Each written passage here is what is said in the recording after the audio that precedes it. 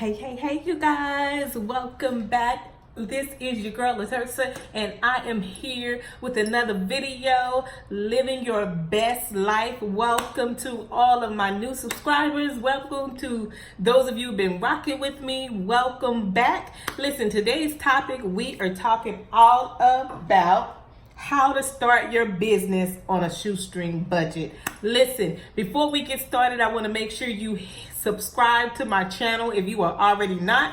If you have subscribed, make sure you hit the little bell so you can turn on the notifications so that you won't miss any more content that's coming from me. Listen, again, welcome everybody.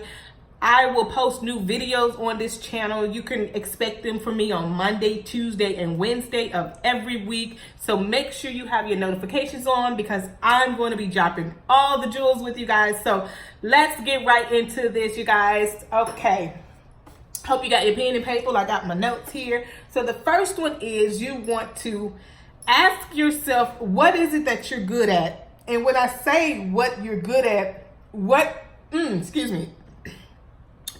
it that your family or friends tell you that you, I'm so short, you guys. But anyway, what is it that you do well that your friends and family come to you? Maybe you are good with crafts. You know, y'all know me. I love crafts. My first business was all about my crafts. But maybe you love to type. Maybe you love to bake. Whatever it is that you love to do, sit down and think about that. Write down your top 3 things that you're good at that you can do even if you wasn't getting paid for it.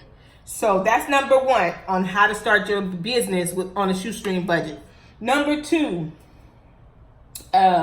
see if there's a demand for it. No matter how good you are at something, if there is not a demand for it, you're going to be kind of struggling because the market or the industry that you're going in is so saturated. So you want to make sure you do your research, do your due diligence to do your research, you guys. And I have a book that will help you guys. I published a book. It's called Moms, the Original Entrepreneurs. And that's where I walk you kind of like some steps and tips on how you can start your business, you know, as a stay-at-home mom. Because when I first started in this entrepreneur world, I was a stay-at-home mom. My babies were in Pampers and diapers.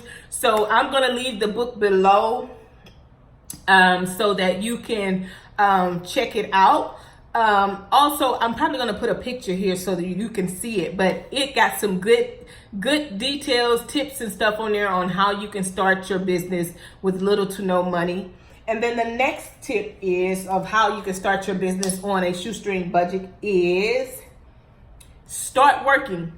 No matter what you want to do in life, if you do not, y'all know the scripture that says faith without works is dead. So you can have all the faith in the world. You can believe in yourself and you can do all of that. You can believe that God is going to help you because God will help you. But you got to give God something to work with. So make sure that you are working, that you are doing something. I don't care if it's getting a coaching session or taking a class, whatever the case may be. You want to make sure at the end of the day, you are giving God something to work with. So get to work. I don't care if it's brainstorming on ideas, but do something every day to go towards your business because your business is not going to run itself.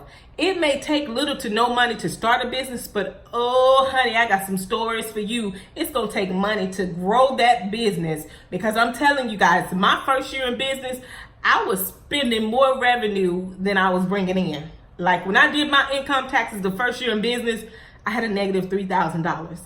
So you don't want to be that person over there sitting there spending all this money, but you don't have any revenue coming in. You got more expenses because your overhead, you need to know how much it costs to run your business. What's your overhead cost? You need to know even if you just break even. Some of you guys may not even break even because you got so much expenses. You want to keep your expenses to a minimum when you're starting your business. But you're going to have some expenses, but you need to know what they are because you'll look up and see stuff be going all nilly-willy and you be wondering where the heck all this money go to.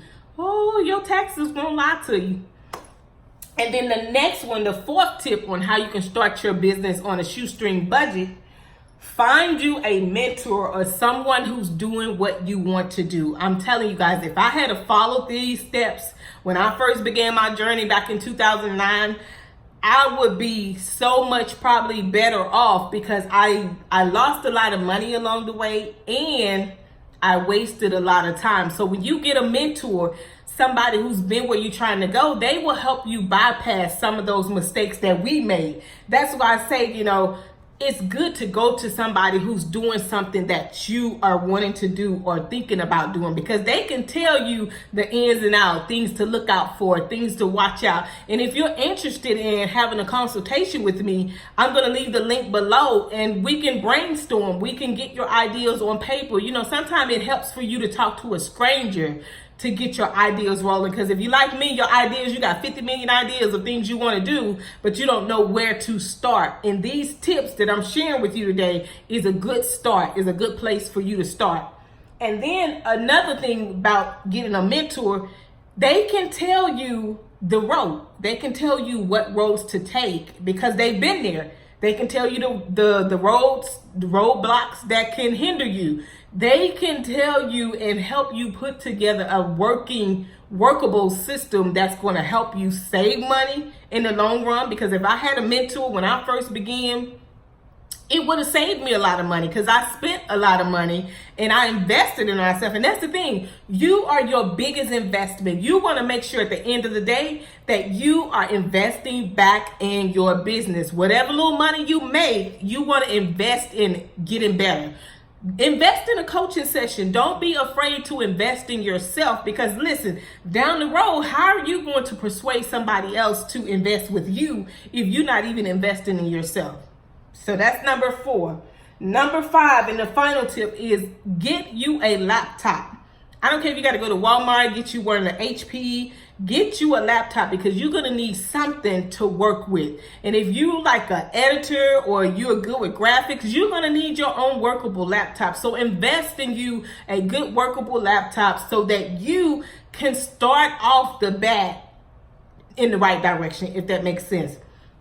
So I hope these tips that I shared with you today, I hope I wasn't rambling too much, but I want you guys to understand that I am here for you.